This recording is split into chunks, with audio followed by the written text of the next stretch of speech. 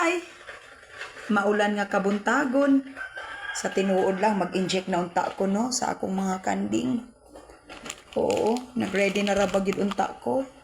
Mauday ni akong na-ready nga pang 10 ml para sa mga mama goats. So, ang color ani is green. Kaning blue, morning tag 5 ml. Oo, sa katong medyo gagmay-gagmay.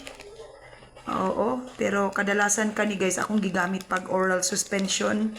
Like, kanang magpainom ko sa ila o kanang organo, kanang ivermectin. Then kani, para sa atong mga baby goats soon. Tag 1 ml lang ni siya, orange ang color ani. So, kailangan na to mag-ready. So, mauday unta ni ang akong i-inject sa ila ha. Oo. Vitamin B complex with iron. Kompleto naman gud siya. Unlike aning duha nga nakaseparate. So, dalawang injikan pa. O nakoy iron dextran. Dayon na po koy B complex.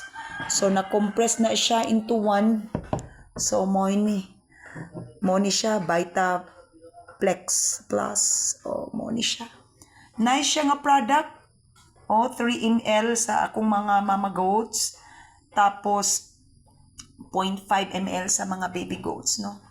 So, set aside lang ni na akong duha. Magamit ra gyapon ni nako. Oo.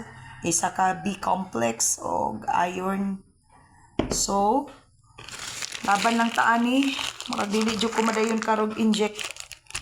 Kay medyo naglain pa pud ang panahon. Oo, I hope mo init na. Ugma na po ko ani, puhon. Laban lang ta. Oo. Ready lang. Kaya na po ko'y hapit mga anak nga kanding mamagot na ako. Bye for now. Happy farming.